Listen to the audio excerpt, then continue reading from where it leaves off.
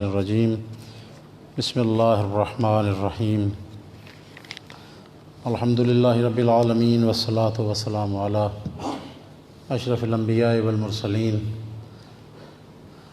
الرسول النبی الامی الہاشمی سیدنا و شفیعنا ابی القاسم المصطفیٰ محمد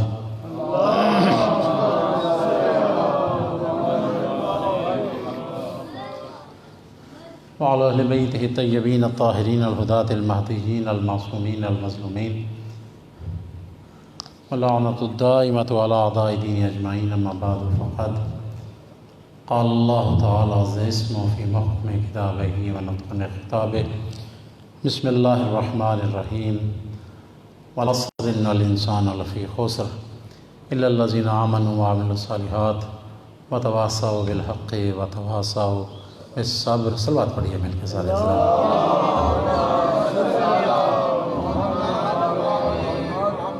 صاحب محترم محبان اہل بیت شیعان اہل بیت، میں کچھ دن سے آپ کے سامنے پہلے اسلام کے بارے میں کچھ باتیں کی اور ایک دو دن سے ایمان کے بارے میں کچھ تذکرہ کر رہا ہوں، اور اسی کے لیے پھر میں نے سرنامہ کلام ایک سورہ کو قرار دیا جسے سورۃ العصر کہا جاتا ہے. یہ ایک عظیم سورہ ہے. جس سورہ کو دیکھا جائے تو اللہ نے قسم کھائی ہے، والعصر، قسم ہے عصر کی، قسم ہے زمانے کی، ان الانسان لفی خسر، کہ تمام انسان خسارے میں ہے. یہ کسی شاعر کا تخیل نہیں، یہ کسی مولوی صاحب کی ذاتی رائے نہیں ہے، یہ کسی غیر معصوم کی بات نہیں ہے، یہ اللہ کا قرآن ہے. لہٰذا اس کو اہمیت بھی اتنی ہی دینی چاہیے. اور معصوم فرماتے ہیں، یاد رکھو کہ اللہ کے کلام کو کائنات کے کلاموں پہ وہی فضیلت حاصل ہے جو باقی پوری کائنات کی مخلوق پہ اللہ جیسے خالق کو فضیلت حاصل ہے. تو لہٰذا اللہ کے کلام کے سامنے بہت دفعہ ہوا، میں اپنے بارے میں بھی یہ کہنے میں مجھے کوئی شرم نہیں کہ بہت دفعہ ہوا. زمانہ ہو گیا اب تو کتابوں کو دیکھتے ہوئے چھوٹی عمر سے ہی دیکھنے لگ پڑا. بہت سارے نظریات، بہت سارے میں صحیح سمجھتا تھا، مگر قرآن کو جب پڑھا تو قرآن نے کہا نہیں، یہ عقیدہ بھی صحیح نہیں ہے، یہ عمل بھی صحیح نہیں ہے. میں سمجھتا ہوں کہ ایک چیز یا جسے ایک اچھائی کہہ لی جائے وہ شاید مجھ میں یہ تھی کہ میں قرآن کی بات کو قبول کر لیتا ہوں، میں معصوم کی بات پہ ایمان لے آتا ہوں. جب یہ ثابت ہو جاتا ہے نا کہ قرآن یہ کہہ رہا ہے اور معصوم اس کی وضاحت کر رہے ہیں، اور مومن بہرحال ہوتا ہی وہ ہے کہ جو اللہ کی بات پہ اعتبار کرے اور جو اس کی بھیجی ہوئی ہادیوں کی بات پہ اعتبار کرتا ہے. ابھی بھی بعض دفعہ ایسا ہوتا ہے کہ ایک نظریہ بندہ کچھ سمجھتا ہے اور اس کے بعد جب قرآن کو پڑھیں یا معصوم کے فرامین کو پڑھیں تو وہ بندہ جب پڑھتا ہے تو ہم میں کوئی عار نہیں ہوتا، کیونکہ اپنے آپ کو ہم معصوم نہیں سمجھتے، اپنے آپ کو گناہ گار اور خطا کار ہی سمجھے. وہ خطا عمل میں بھی ہو سکتی ہے، وہ خطا فکر میں بھی ہو سکتی ہے، لیکن یہ حوصلہ بہرحال مومن میں ہونا چاہیے کہ جب بھی اسے پتہ چلے کہ میرا رستہ وہ نہیں ہے جو ان ہستیوں کا ہے، تو فوراً اپنے رستے کو تبدیل کر کے اس طرف آ جائیں. کیونکہ معصوم فرماتے ہیں کہ کل دو ہی رستے ہیں. بظاہر آپ کو وہ ہزاروں رستے لگ رہے ہوں کہ یہ ایک عیسائیت کا رستہ ہے، ایک یہودیت کا رستہ ہے، ایک فلاں مذہب کا رستہ ہے، ایک فلاں مذہب کا رستہ ہے. معصوم فرماتے ہیں نہیں، رستے دو ہی ہیں، یا رحمان کا رستہ ہوا کرتا ہے یا شیطان کا رستہ ہوا کرتا ہے. اللہ کا رستہ وہ ہے جو اس کے نمائندوں کا رستہ ہے، اور جب بندہ اس رستے پہ آ جائے تو یقین ہو جاتا ہے کہ میں رحمان کے رستے پہ ہوں، اور اس رستے کو سے ہٹ کے جتنے بھی رستے ہیں وہ سب کے سب شیطان کے رستے ہوتے ہیں. تو لہٰذا قرآن کہہ رہا ہے کہ تمام کے تمام انسان خسارے میں ہیں. اگر یہیں تک سورہ ختم ہو جاتی تو پھر تو بڑی پریشانی تھی، پھر تو اس کا مطلب ہے کہ کوئی انسان جو ہے وہ جنت میں جا ہی نہیں سکتا. آگے ایک لفظ آیا ہے اللہ. وہ اللہ جو ہے اس نے کچھ نہ کچھ خوشی جو ہے وہ ذہنوں میں بھر دی کہ نہیں، کچھ تو ہیں کہ جو استثناء ہو جائے گا، جن کا جو جہنم میں نہیں جائیں گے بلکہ جنت میں چلے جائیں گے. وہ قرآن نے 4 چیزیں بیان کی ہیں.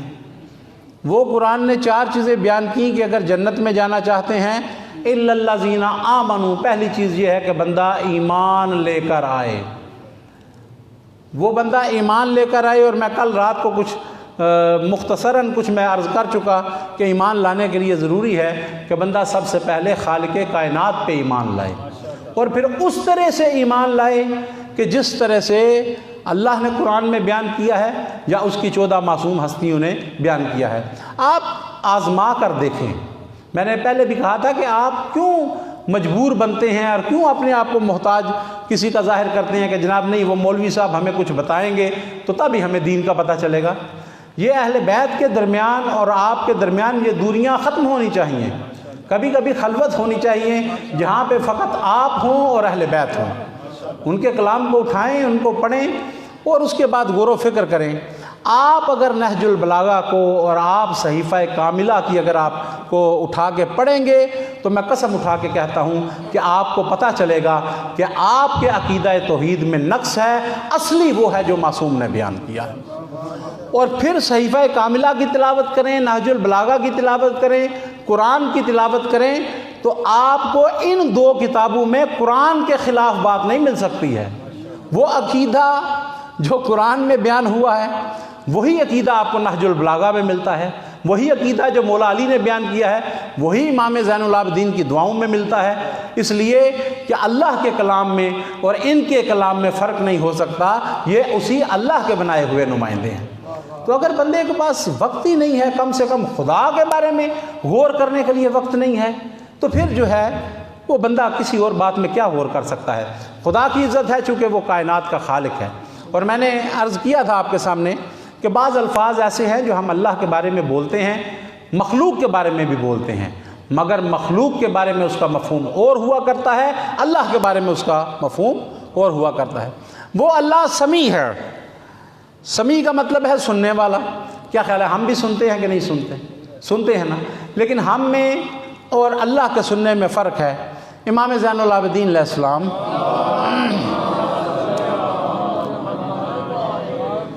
ارشاد فرماتے ہیں کہ سبحانک تسمع انفاس الحیتان فی کور البحار، فرماتے ہیں پاک ہے تیری ذات جو سمندروں کی گہرائیوں میں چلتی ہوئی مچھلیوں کی سانسوں کی صدا بھی سن رہا ہے۔ کوئی چیز اس سے چھپی ہوئی نہیں ہے، وہ سنتا ہے ہر چیز کو۔ اور پھر جو کچھ اس کے بارے میں معصوم نے ارشاد فرمایا ہے، پہلے اللہ پہ ایمان رکھیں قرآن کے مطابق، اللہ پہ ایمان رکھیں معصوم کے فرمان کے مطابق، لیکن فقط اور فقط اللہ پہ ایمان نہیں رکھنا، بلکہ اللہ جس جس کو منواتا جائے اس پہ بھی ایمان رکھنا ضروری ہے۔ اگر آپ نے اللہ جن کو منوائے ان کو نہ مانے تو آپ کا عقیدہ توحید جو ہے وہ مکمل نہیں ہو سکتا ہے۔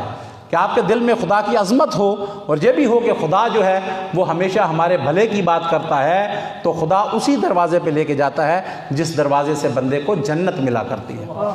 اللہ کے ساتھ ساتھ اللہ کے حبیب پہ بھی ایمان رکھنا ہے، پیغمبر خدا صلی اللہ علیہ وآلہ وسلم پر بھی ایمان رکھنا ضروری ہے، اور پیغمبر خدا پر بھی ایمان رکھنا ہے اور ان کے کلام پہ بھی ایمان رکھنا ہے۔ یاد رکھیے گا کہ پیغمبر خدا صلی اللہ علیہ وآلہ وسلم اللہ کی مخلوق میں سب سے زیادہ مخلص شخصیت کو اللہ کا حبیب کہتے ہیں۔ یہ کبھی بھی ایسا نہیں ہے کہ نصیحت سے جدا ہو جائیں، ان کا کام ہے نصیحت کرنا۔ آج کل تو وہ طریقہ کار نہیں رہ گیا۔ پہلے ادوار میں ہوا کرتا تھا کہ اگر کسی کے بچے نے، کوئی بھی ہو، کسی کے بچے نے کوئی شرارت کی ہے، کوئی بدتمیزی کی ہے، اور گلی میں کوئی بھی بزرگ گزر رہا ہے تو وہ اس کو ایک تھپڑ لگا دیتا تھا، وہ اس کو پکڑ کے اس کے والد کے پاس لے جاتا تھا کہ آپ کے بچے نے یہ حرکت کی ہے میرے سامنے، یا فلاں بچے کو ایسے اس نے گالی دی ہے، اور وہ برا نہیں مناتے تھے، یعنی وہ اس کی نصیحت کو، بلکہ وہ کہتے تھے کہ آپ نے بہت اچھا کیا ہے، اس کو اور آپ نے کچھ نہ کچھ مارنا تھا کہ اس نے ایسا کیوں کیا۔ وہ رواج اب ختم ہو گیا ہے۔ اب اگر کسی کے بچے کو کوئی کچھ کہے تو وہ اس کا والد ہی پہلے لڑنے کے لیے آ جاتا ہے کہ آپ ہوتے کون ہیں۔ تو یہ ہستیاں کبھی نصیحت سے جدا نہیں ہوتی ہیں، اور یاد رکھیں فقط ہم جیسے گناہ گاروں کو نصیحت نہیں، پیغمبر خدا ہر کسی کو نصیحت کرتے ہیں۔ اور میں حیران رہ گیا روایت کو پڑھ کے کہ امیر المومنین علی بن ابی طالب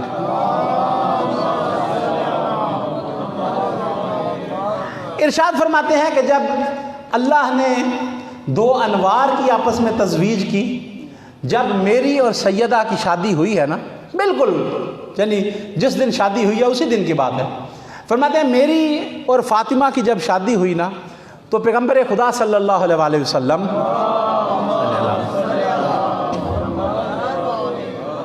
علامہ میسی نے اس روایت کو نقل کیا ہے، وہ فرماتے ہیں کہ جب ہماری شادی ہوئی تو پیغمبر خدا تشریف لائے، اور تشریف لانے کے بعد پیغمبر خدا نے ایک نصیحت مجھے کی ہے اور ایک نصیحت اپنی لخت جگر جناب سیدہ کو کی ہے۔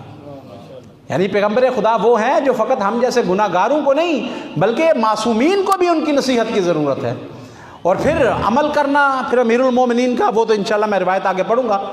فرماتے ہیں کہ پیغمبر خدا تشریف لائے اور ایک نصیحت جناب سیدہ کو کی اور ایک نصیحت مجھے کی۔ پہلے رخ کیا ہے اپنی لخت جگر کی طرف اور کہا کہ سیدہ یاد رکھ کہ تیری شادی کسی معمولی بندے سے نہیں ہوئی، یہ وہ ہے جسے اللہ نے منصب دے کے دنیا میں بھیجا ہے، الہی منصب دار کے ساتھ تیری شادی ہوئی ہے۔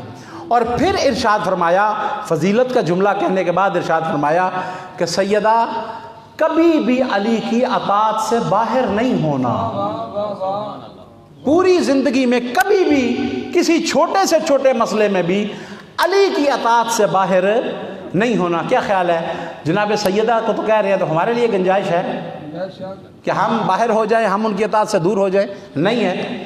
تو جناب سیدہ کو ایک نصیحت فرمائی کہ میری بیٹی، میری لخت جگر، علی جیسے ولی کے ساتھ تیری شادی ہوئی ہے، اللہ نے جسے منصب عطا کیا ہے، کبھی بھی علی کی اطاعت سے باہر نہیں ہونا۔ پھر فرماتے ہیں رخ کیا میری طرف اور ایک نصیحت مجھے کی اور کہا کہ یا علی یاد رکھ سیدہ میری لخت جگر ہے، الفاطمہ تو بضعۃ منی، فاطمہ میرا ٹکڑا ہے، فاطمہ کو جو غضبناک کرتا ہے وہ مجھ محمد کو غضبناک کرتا ہے۔ فرماتے ہیں ایک نصیحت جناب سیدہ کو کی، پیغمبر نے مجھے کی ہے، اور فرماتے ہیں کہ اس نصیحت کا اثر یہ ہوا، قسم با خدا ساری زندگی سیدہ میری اطاعت سے باہر نہیں ہوئی اور ساری زندگی میں نے سیدہ کو کبھی ناراض نہیں کیا ہے۔ سبحان اللہ، ایک نصیحت پیغمبر نے کی ہے، ساری زندگی سیدہ میری اطاعت سے باہر نہیں ہوئی اور ساری زندگی میں نے پیغمبر کی لخت جگر کو کبھی ناراض نہیں کیا ہے۔ تو پیغمبر خدا صلی اللہ علیہ وآلہ وسلم یہ لوگوں کی بھلائی کے لیے بات کرتے ہیں، لوگوں کی بھلائی کے لیے گفتگو کرتے ہیں۔ اللہ کے ساتھ ساتھ اس حبیب خدا پہ بھی ہمیں ایمان رکھنا ضروری ہے۔ اس کے بعد پیغمبر کی اہل بیت پہ اور خصوصیت کے ساتھ امیر المومنین پہ ایمان رکھنا بھی ضروری ہے۔ مل کے ایک دفعہ صلوات پڑھ لیجئے، پھر بھی ایک دفعہ صلوات پڑھ لیجئے۔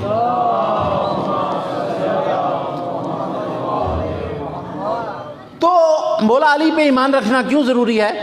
پیغمبر خدا صلی اللہ علیہ وآلہ وسلم کا فرمان میرے سامنے ہے، دیکھ کے ارشاد فرماتے ہیں یا علی حبو کا ایمان و بغضو کا کفر و نفاق، یا علی تیری محبت کو ایمان کہتے ہیں اور تیرے بغض کو کہیں پہ کفر کہتے ہیں اور کہیں پہ نفاق کہتے ہیں۔ یا کافر ہوگا تیرا دشمن یا منافق ہوگا تیرا دشمن۔ تو مولا علی کے ساتھ محبت رکھنا ضروری ہے۔ ایک حدیث جو ہے وہ عموماً ہمارے ممبروں پہ نہیں پڑھی جاتی، لیکن میں کوشش کرتا ہوں کہ عموماً اس کو پڑھوں، یہ بھی ایمان کے حوالے سے ہے کہ دیکھ کے ارشاد فرمایا، روایات میں ہے کہ پیغمبر خدا چونکہ اکثر مولا علی کے فضائل پڑھتے تھے، تو ایک دفعہ ان کی شان میں ارشاد فرمایا دیکھ کے یا علی انت مثل الکعبہ، یا علی تو کائنات میں ایسے ہے جیسے اللہ کا کعبہ ہوا کرتا ہے۔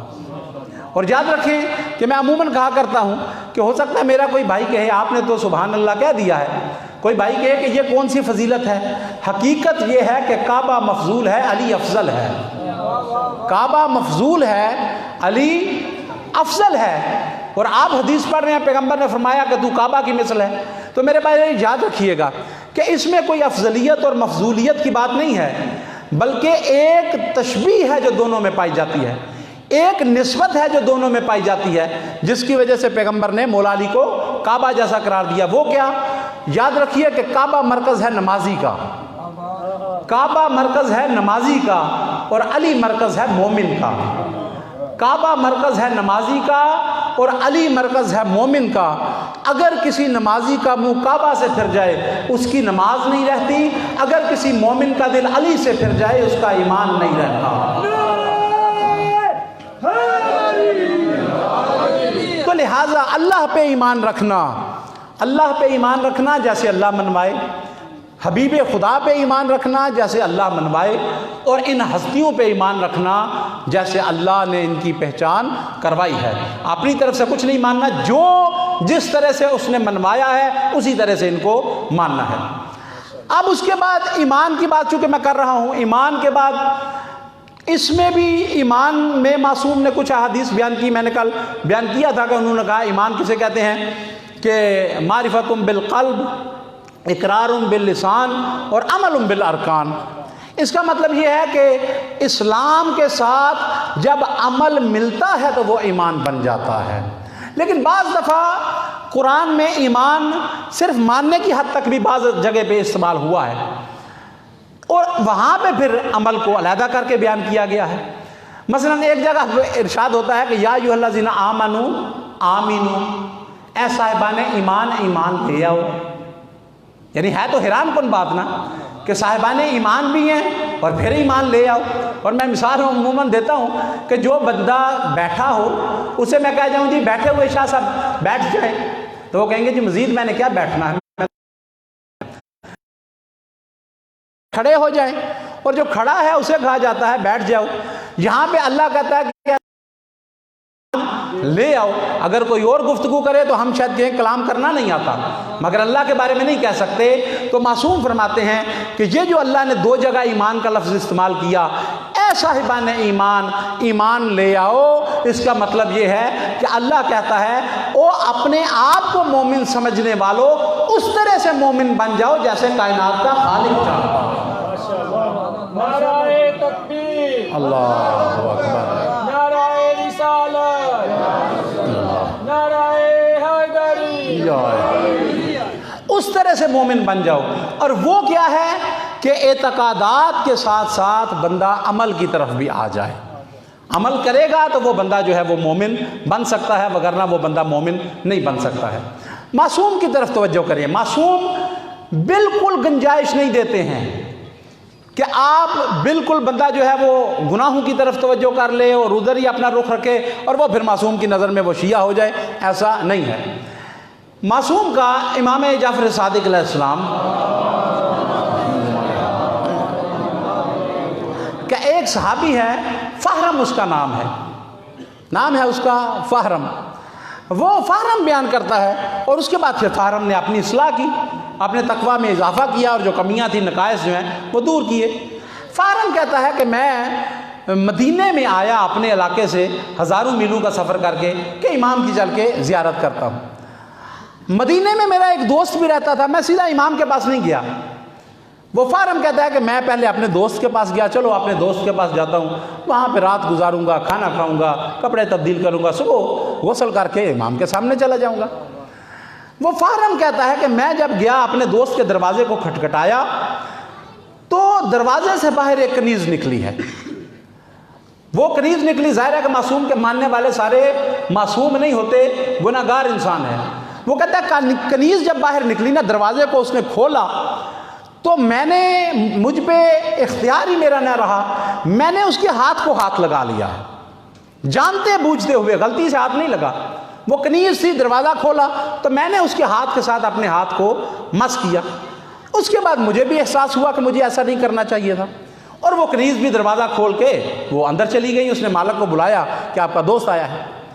وہ فہرم کہتا ہے کہ صبح اس کے بعد میں غسل کرنے کے بعد، لباس پہننے کے بعد، جب میں امام کی بارگاہ میں گیا نا، تو جب امام کے پاس جا کے سلام کیا، امام نے سلام کا جواب دیا، اور پھر امام نے جلال سے دیکھ کے کہا کہ فہرم اس غلط فہمی میں نہ رہنا، قسم با خدا کسی بندے کو اس وقت تک ہمارا امر ولایت مل ہی نہیں سکتا جب تک کہ تقویٰ کی منزلوں سے نہ گزر گیا، جب تک کہ تقویٰ کی منزلوں سے سفر نہیں کرے گا، تقویٰ کی دنیا میں وارد نہیں ہو جاتا، ہمارا امر ولایت نہیں اسے مل سکتا۔ اپنی حرکات کو ٹھیک کر۔ تو یہ کوئی بھی پسند نہیں کرتا ہے، جن کے ماننے والے ہیں جن کے ماننے والے ہیں ان کی سیرت کو اپنانا ہوگا. اور فقط معصوم کی بات نہیں ہے, دنیا کا کوئی بندہ بھی پسند نہیں کرتا. میں ایک کتاب میں دیکھ رہا تھا کہ سکندر جس نے پوری دنیا کو فتح کیا, اس کے لشکر میں ایک بندہ تھا, اس کا نام بھی سکندر تھا. اب سکندر مانا ہوا جو ہے وہ جرنیل مانا گیا ہے اور پوری دنیا کو فتح کرنے والا, تو نام تو ہم رکھ دیتے ہیں نا. نام تو دنیا نے علی رکھا ہے, پر ہر بندہ علی ہوا نہیں کرتا. نام لوگ رکھ لیتے ہیں, پیغمبر کے نام پہ رکھ لیتے ہیں, مگر کردار تو پھر کردار ہی ہوتا ہے نا جی. تو لہٰذا اب اس کے لشکر میں ایک بندہ تھا, اس کا نام بھی سکندر تھا. یہ سکندر پوری دنیا کو فتح کرنے والا. اور وہ سکندر کیا تھا, اس کے بارے میں یہ تھا کہ جب جنگ شروع ہوتی تھی نا تو یہ فرار کر جایا کرتا تھا. یہ سکندر جو ہے اس کا سپاہی, جب لڑائی شروع ہوئی تو یہ پیچھے ہٹتے ہوئے فرار کر جاتا تھا, اور جب فتح ہو جاتی تھی تو مال غنیمت لینے کے لیے آ جایا کرتا تھا. اب سکندر کو پتا چلا کہ تیرا ایک سپاہی ہے, نام اس کا سکندر ہے, اور وہ جب بھی بھاگ جاتا تھا تو آواز آتی تھی, لو جی سکندر بھی پاج گیا جائے, سکندر بھی بھاگ گیا ہے, نام سکندر تھا. وہ سکندر کو پتا چلا, اس نے کہا اس کو بلا کے لاؤ. اب وہ آیا, اس کو پتا چلا کہ یہ تو میرے ساتھ ہو سکتا ہے کوئی سزا والا معاملہ کرے, تو بڑا ڈرتے ہوا آیا. اس نے کہا نہیں ڈرنے کی بات نہیں, اس کو دھوپ میں بٹھا دو, سامنے دھوپ میں بیٹھ جا. اب وہ بیٹھ گیا. اس نے دھوپ میں اس لیے بٹھایا کہ فیصلہ ذرا جلدی کرے. اس نے کہا بھائی میں تجھے سزا نہیں دیتا, تو میرا سپاہی ہے, اگر تجھے قتل کرواؤں گا تو سب کہیں گے سکندر اپنے سپاہیوں کو قتل کروا دیتا ہے. میں تجھے سزا نہیں دیتا, قتل نہیں کرواتا, لیکن دو میں سے ایک کام کر, یا اپنا نام بدل لے یا اپنی خصلت بدل لے. یا نام کو تبدیل کر لے یا اپنی خصلت کو تبدیل کر لے. یہ نہیں ہو سکتا کہ نام تیرا سکندر ہو اور تو فرار کر رہا ہو. تو میرے بھائیو یاد رکھیں کہ یا تو ہمیں اپنا نام بدلنا پڑے گا, شیعت کا دعویٰ ختم کرنا پڑے گا, اور اگر ہم اہل بیت کے شیعہ ہیں تو پھر ہمیں شیعہ بن کے بھی دکھانا ہوگا. اہل بیت پسند نہیں کرتے خالی خالی دعووں کو. لہٰذا پہلی چیز کامیابی کے لیے یہ ہے کہ بندہ مومن ہونا چاہیے, اور دوسری چیز یہ ہے کہ بندہ جو ہے وہ عمل کی دنیا میں وارد ہو جائے اور وہ اعمال کرتا ہوا نظر آئے. مل کے صلوات پڑھ لیجئے.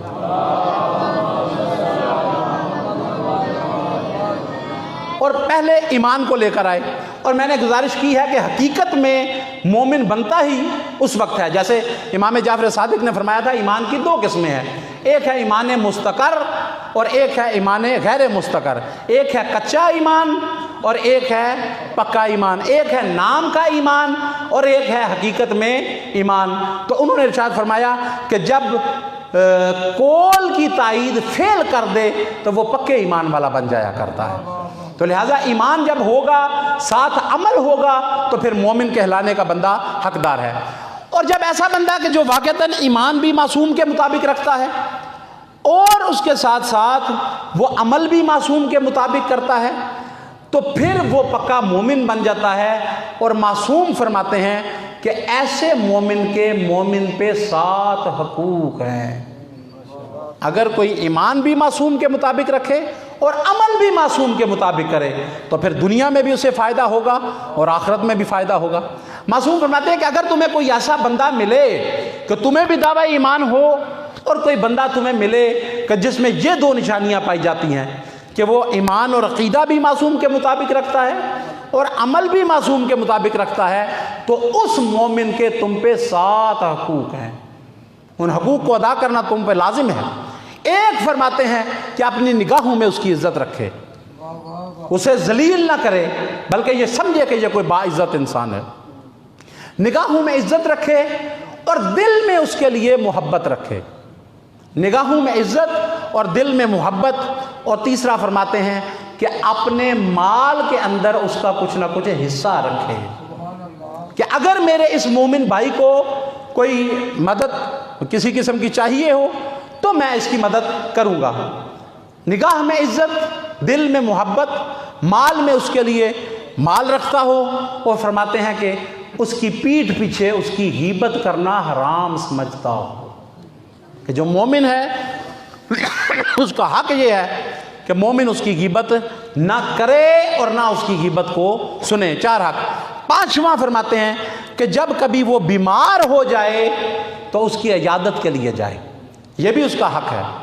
اور چھٹی چیز یہ ہے کہ اگر وہ دنیا سے چلا جائے تو پھر اس کے جنازے میں بھی شرکت کرے۔ ساتویں چیز معصوم فرماتے ہیں کہ ساتواں حق اس کا یہ ہے کہ اس کے مرنے کے بعد اس کو ہمیشہ اچھے لفظوں سے یاد کرے اور اللہ کے سامنے اس کے لیے دعا کرے مغفرت کی کہ اللہم اغفر للمؤمنین والمؤمنات والمسلمین والمسلمات، اے میرے خدایا کائنات کے ہر مسلمان کو بھی بخش دے اور کائنات کے ہر مومن کو بھی بخش دے، مغفرت فرما دے۔ اس کے لیے دعا کرتا ہوا نظر آئے، یہ مومن کا حق ہے۔ اچھا، مومن ایک طرف تو یہ ہمیں بتایا گیا کہ مومن ہے تو عمل کی ضرورت نہیں، یہ بات بھی صحیح نہیں ہے، یہ معصوم کی سوچ اور فکر سے میل نہیں کھاتی۔ اور دوسری طرف جو ہمارے اذہان میں ہے کہ مومن ہر وقت نمازیں ہی پڑھتا رہتا ہے، دنیا کا کوئی کام نہیں کرتا، یہ بات بھی صحیح نہیں ہے۔ یعنی یہ بات بھی صحیح نہیں ہے کہ وہ فقط نمازیں اور روزے ہی کرتا رہے اور دنیا کا کوئی کام نہ کرے۔ امام جعفر صادق علیہ السلام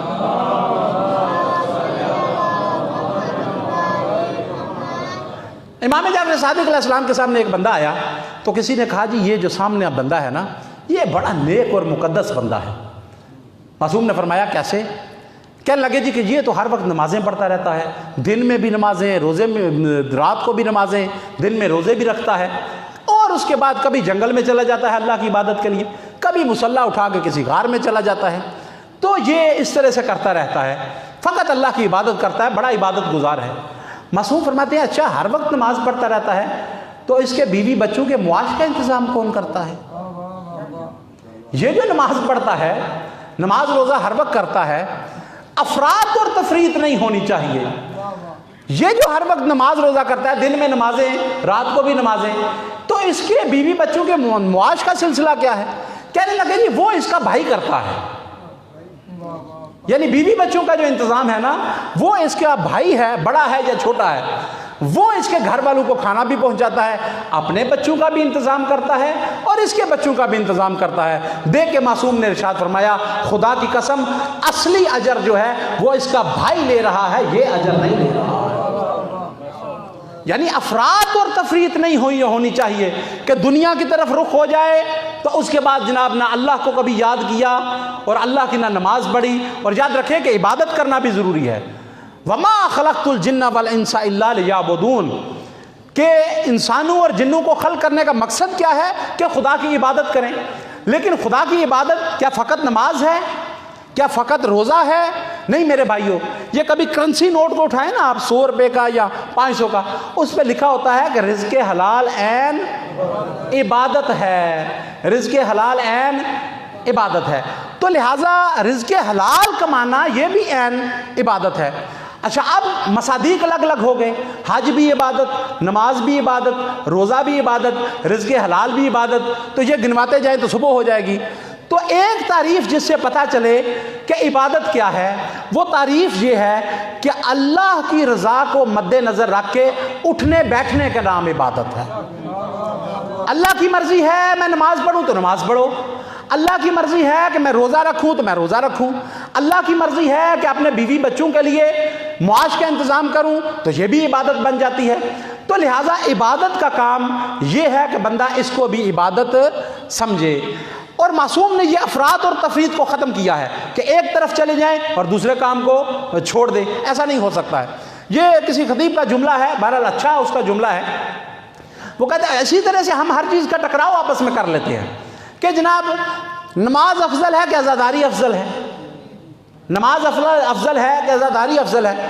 وہ کہتے ہیں کہ مجھے لگتا یہ ہے کہ جو یہ جملہ کہتا ہے نا کہ بتائیے نماز افضل ہے یا عزاداری افضل ہے، وہ دونوں میں سے ایک چیز چھوڑنا چاہتا ہے، وہ دونوں میں سے ایک چیز چھوڑنا چاہتا ہے، یا وہ ماتم کی طرف جا کے نماز چھوڑنا چاہتا ہے، یا وہ نمازیں پڑھ کے وہ عزاداری کی مخالفت کرنا چاہتا ہے۔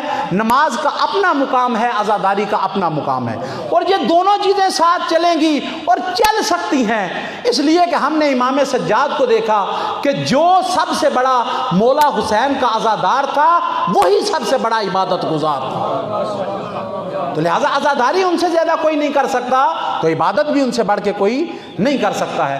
تو مومن نہ تو فقط نمازوں کی طرف چلا جائے اور دنیا کے کام چھوڑ دے، اور نہ یہ ہے کہ باقی دنیا کے کاموں کی طرف چلا جائے اور نماز کی طرف نہیں. اگر چیک کرنا ہو کہ یہ مومن ہے کہ نہیں, سارا دن اپنا رزق حلال کمائے, لیکن جب آواز آتی ہے نا حی علی الصلاۃ, جو بندہ اپنی دکان کو چھوڑ کے مصلی پہ آ جاتا ہے وہ بندہ مولا کا اصلی شیعہ ہوا کرتا ہے. ایک محدود وقت ہے, اپنا رزق حلال کو کماؤ, اس کے بعد فوراً مصلی پہ آؤ اور 2 رکعت نماز پڑھ کے 4 رکعت نماز پڑھ کے واپس چلے جاؤ. تو معصوم نے یہ مومن کے بارے میں ارشاد فرمایا ہے, فرماتے ہیں للمؤمن ثلاث ساعات. مومن کی بات ہو رہی ہے نا, ایمان کی بات ہو رہی ہے. فرماتے ہیں کہ مومن کے اوقات جو ہیں وہ 3 قسموں میں تقسیم ہو جاتے ہیں. مومن کا ایک وقت نہیں ہے, 3 قسموں میں مومن کے اوقات جو ہیں وہ تقسیم ہوتے ہیں.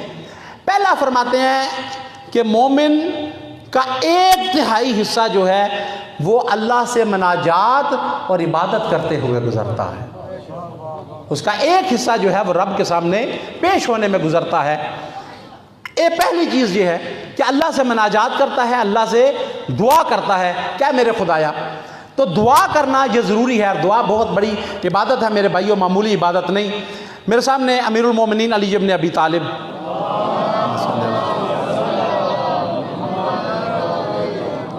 وہ جو خدا کی بارگاہ میں سب سے زیادہ حاضر ہونے والی شخصیات ہیں, فرماتے ہیں تمہیں پتہ ہے کہ کائنات کا سب سے بڑا عاجز بندہ کون ہے؟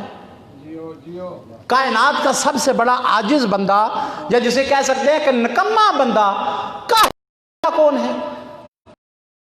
ہے کہ کائنات کا سب سے بڑا عاجز بندہ کون سا ہے؟ اس نے صحابی نے کہا میں نہیں جانتا.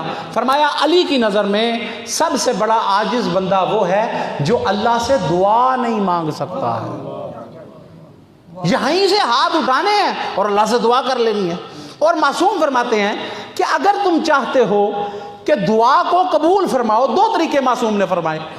اگر تم چاہتے ہو کہ اللہ تمہاری دعا کو قبول کرے تو فرماتے ہیں کہ دعا کرنے سے پہلے 1 دفعہ محمد و آل محمد پر درود پڑھ لیا کرو. اور یہ محمد و آل محمد پہ درود پڑھنا یہ بذات خود ایک دعا ہے. کیا ہے میرے اللہ محمد و آل محمد پہ رحمتوں کا نزول فرما. ایک یہ دعا ہو گئی, اور دوسری جو دعا مومن کرنا چاہتا ہے. معصوم فرماتے ہیں کہ جب بھی اللہ سے دعا کرنا چاہو تو پہلے درود پڑھ لیا کرو, کہ اللہ سے جب 2 دعائیں کی جاتی ہیں تو خدا ایسے نہیں کرتا کہ ایک دعا کو قبول کر لے اور ایک دعا کو رد کر دے. تو پہلے وہ دعا کرو جو وہ کبھی رد کرتا ہی نہیں. کوئی دعا کرے تب بھی وہ رحمتوں کا نزول کر رہا ہے, کوئی دعا نہ کرے تب بھی وہ رحمتوں کا نزول کر رہا ہے. معصوم فرماتے ہیں کہ پہلے وہ دعا کرو جسے کبھی وہ رد نہیں کرتا, اور جب وہ اس سے خوش ہو جائے گا تو پھر تمہاری دعا کو بھی قبول کر لے گا.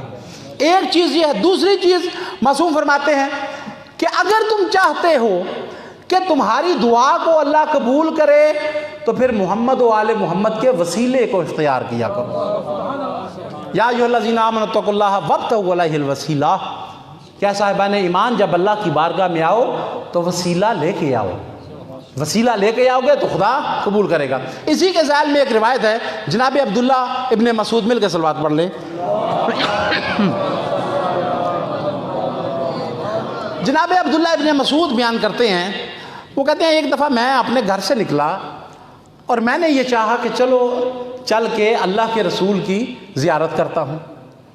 وہ کہتے ہیں کہ میں گھر سے جب نکلا تو میں نے کہا اللہ کے رسول کی زیارت کرتا ہوں. اب 2 خیمے لگے ہوئے تھے, شاید سفر میں تھے کہیں پہ.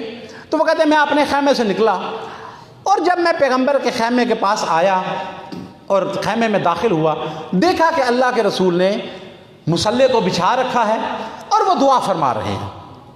اللہ کے حبیب جو ہیں وہ دعا فرما رہے ہیں کہ اے میرے خالق, تجھے علی ابن ابی طالب کا واسطہ میری امت کے گناہوں کو معاف کر دے. اے میرے خدایا تجھے علی کا واسطہ میری امت کے گناہوں کو معاف کر دے, میری امت کو بخش دے. وہ کہتے ہیں میں نے کہا کہ یہ تو خدا سے مناجات کر رہے ہیں تو لہٰذا پیغمبر مصروف ہے. وہ کہتے ہیں میں نکلا, میں نے کہا اب کہاں جاؤں؟ تو کہتے ہیں میں نے سوچا کہ چلو اس کی زیارت کرتے ہیں کہ زیارت علی کی ہوا کرتی ہے, عبادت اللہ کی بن جایا کرتی ہے. پیغمبر خدا مصروف ہیں تو مولا علی کی زیارت کر لیتے ہیں. وہ کہتے ہیں اب مولا علی والے خیمے میں جب میں داخل ہوا تو منظر یہی مجھے نظر آیا کہ اس وقت جو ہے وہ مصلی بچھا ہوا ہے اور مولا علی نے اپنے ہاتھوں کو اٹھایا ہوا ہے اور دعا فرما رہے ہیں کہ اے میرے خدایا تجھے اپنے حبیب کا واسطہ اس امت کے گناہوں کو معاف کر دے، تجھے اپنے حبیب کا واسطہ کہ اس امت کے گناہوں کو معاف کر دے۔ کہتے ہیں میرے اندر اضطراب پیدا ہوا کہ پیغمبر دعا کر رہے ہیں علی کے واسطے سے اور علی دعا کر رہے ہیں پیغمبر کے واسطے سے۔ میں وہاں سے نکلا، تو نکلنے کے بعد جب تھوڑی دیر کے بعد میں گیا تو پیغمبر خدا تشریف فرما تھے، اور میں نے کہا یا رسول اللہ عجیب قسم کا منظر دیکھا ہے کہ میں پہلے آپ کے خیمے میں آیا تو آپ علی کا واسطہ دے کے اللہ سے دعا کر رہے تھے، لیکن جب علی کے پاس گیا ہوں نا تو علی آپ کا وسیلہ اختیار کر کے آپ کا واسطہ دے کے اللہ سے دعا کر رہے ہیں۔ تو پیغمبر خدا نے کہا کہ دیکھ کے اے عبداللہ شک نہ کرنا، یاد رکھ ہم دونوں ایک دوسرے کا واسطہ اس لیے دیتے ہیں کہ جب کبھی بھی میں اللہ سے دعا کرتا ہوں اور اللہ کہتا ہے کہ جب میری بارگاہ میں آؤ تو وسیلے کو لے کر آؤ، میں پوری کائنات پہ نظر ڈالتا ہوں، مجھے علی سے بڑا وسیلہ نظر ہی کوئی نہیں آتا۔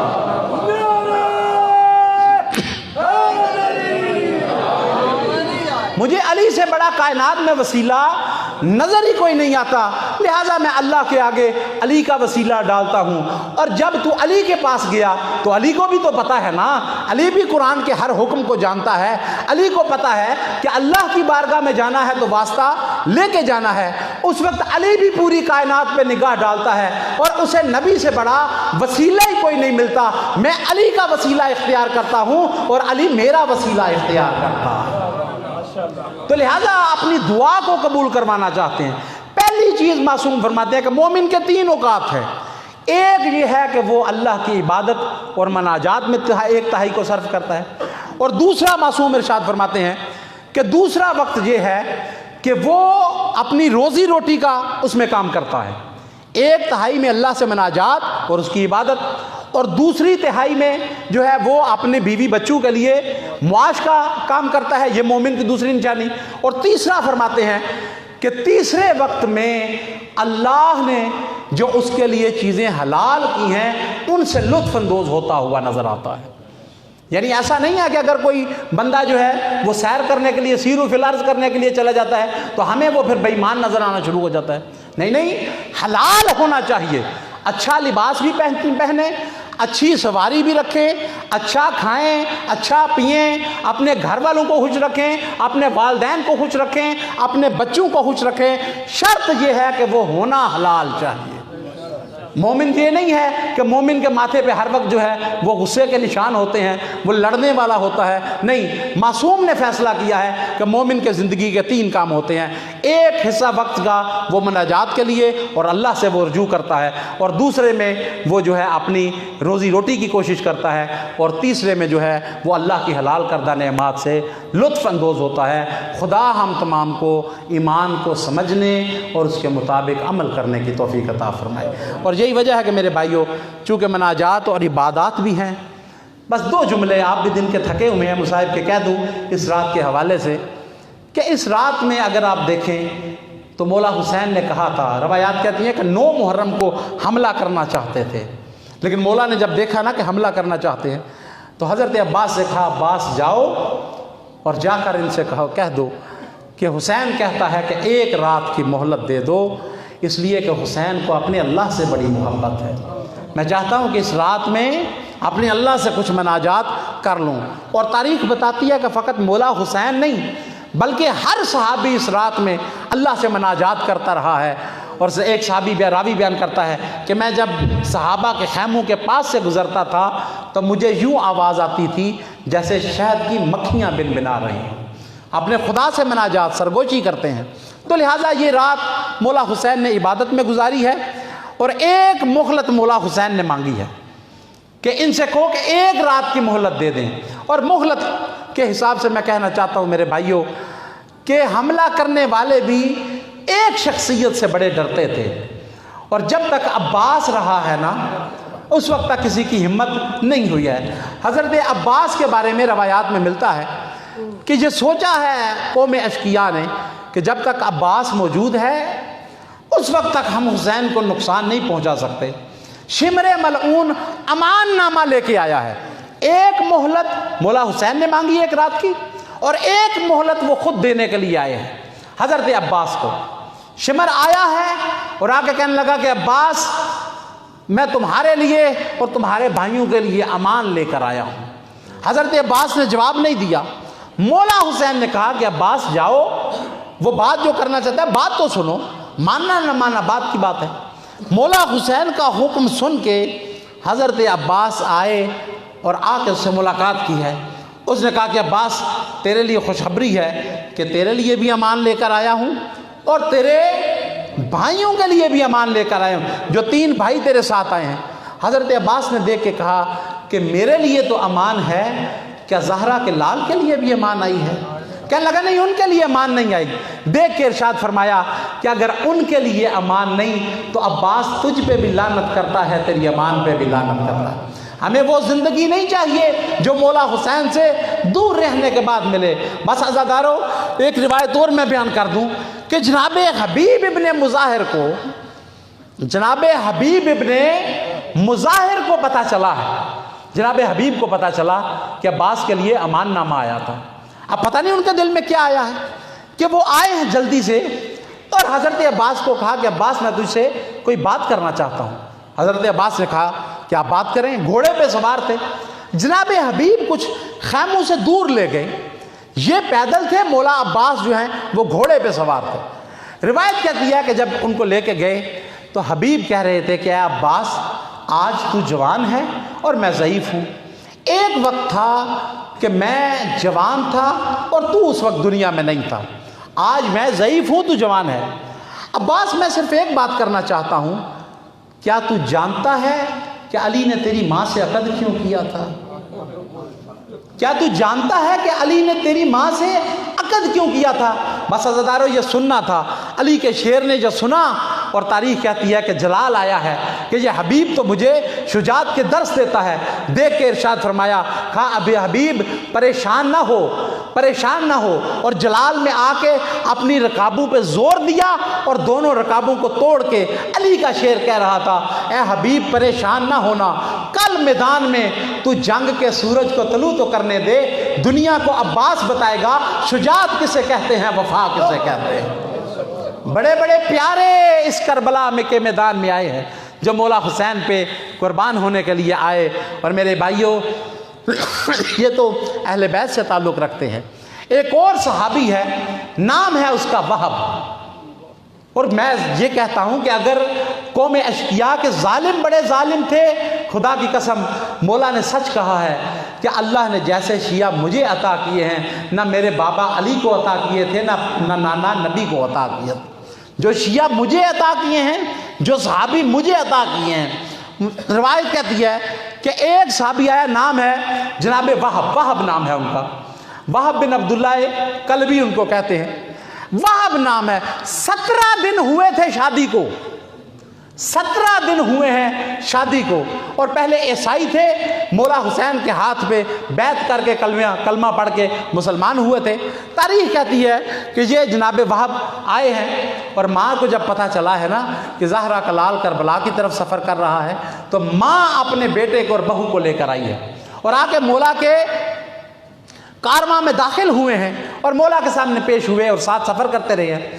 اور 10 محرم کو روایت کہتی ہے کہ جب صبح نکارے بجنا شروع ہوئے تو ماں نے دیکھ کے کہا، اے وہب تیری ماں اس وقت تک تجھ سے راضی نہ ہوگی جب تک کہ تو زہرا کے لال پہ قربان نہیں ہو جائے گی، تو قربان ہوگا تو تیری ماں تجھ سے راضی ہوگی۔ بس عزادارو یہ کہا نا، تو بیوی نے آواز دی ہے، اور جب آواز دی تو ماں کو لگا کہ شاید میرے بیٹے کو روکے گی، تو روکنے کی جب یہ سمجھا ہے نا ماں نے، تو ماں نے کہا قسم با خدا تجھے میری بات ماننی چاہیے، بیوی کی بات نہیں ماننی چاہیے۔ بیوی نے کہا نہیں میں روکتی نہیں، اے باپ میں روکتی نہیں، اگر تم مولا پہ قربان ہونا چاہتا ہے تو میں فقط اتنا کہتی ہوں کہ میرے ساتھ ایک دفعہ مولا حسین کے پاس چل، میں 2 ضمانتیں لینا چاہتی ہوں۔ مولا 2 ضمانتیں لے لیں، 17 دن میری شادی کو ہوئے ہیں، 2 ضمانتیں لینا چاہتی ہوں۔ اور اس کے بعد جناب وہب اور ان کی بیوی دونوں مولا کے پاس آئے۔ مولا نے دیکھ کے کہا کیا بات ہے؟ کہا مولا یہ وہب تو جنگ کی اور جہاد کی تیاری کر چکا، یہ تو قربان ہونا چاہتا ہے، لیکن اس کے جانے سے پہلے 2 وعدے آپ سے لینا چاہتی ہوں۔ ایک تو یہ ہے کہ یہ چلا جائے گا، میں چاہتی ہوں کہ میں آپ کی مخدرات کے ساتھ رہوں، جہاں پہ زینب و کلثوم جائیں گی وہاں پہ میں جاؤں گی۔ اور روایات میں ہے کہ اس عورت کے دل میں تھا کہ یہ تو زینب و کلثوم ہے، ہم جیسے معمولی لوگوں کو کون پوچھتا ہے، لیکن زہرا جائیوں کو تو کوئی نقصان نہیں پہنچا سکتا۔ اور میں کہتا ہوں کہ یہی تو تیری غلط فہمی تھی، سب سے پہلے زہرا جائیوں کے ہاتھوں میں رسیاں پہنائی گئی۔ مسلمانوں نے حیا نہیں کیا ہے، شرم نہیں کی ہے کہ کن کو قیدی بنا کے لے جا رہے ہیں۔ ایک وعدہ تو یہ کہ میں آپ کی مخدرات کے ساتھ رہوں گی، اور دوسرا وعدہ مولا میں یہ لینا چاہتی ہوں کہ ابھی 17 دن شادی کو ہوئے ہیں اور میرا میاں جو ہے وہ جا رہا ہے جہاد پہ، بس اتنا وعدہ لینا چاہتی ہوں کہ آپ جوانان جنت کے سردار ہیں، کہ آپ میرے ساتھ وعدہ کر دیں کہ یہ شہید ہو کے میں سمجھتی ہوں کہ جو آپ پہ قربان ہو جائے وہ جنت میں چلا جائے گا۔ میں فقط اتنا وعدہ لینا چاہتی ہوں کہ قیامت کے روز دنیا میں اس کی بیوی نہیں رہ سکی، آپ وعدہ کر دیں کہ قیامت کو میں اس کی بیوی بن جاؤں، میں اس کے ساتھ قیامت کے دن رہنا چاہتی ہوں۔ بس عزادارو یہ سننا تھا کہ زہرا کے لال نے کہا ہاں میں دونوں چیزوں کی ضمانت دیتا ہوں۔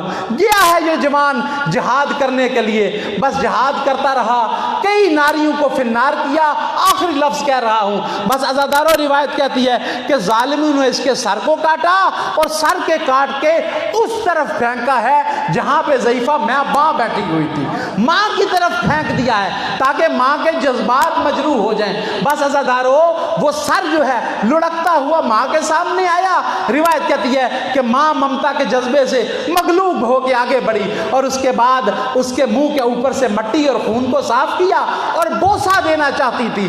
ایک بوسہ دیا اور اس کے بعد پتہ نہیں ذہن میں کیا آیا کہ ماں نے بھی اس کے بالوں میں ہاتھ ڈال کے دوبارہ پھینک دیا کہ جو اللہ کی راہ میں قربان کر دیا پھر اس کی ہمیں طلب نہیں ہوتی۔ سیعلم الذین ظلموا ای منقلب ینقلبون ان للہ و انا الیہ راجعون رضا بقضائہ و تسلیم الیوم۔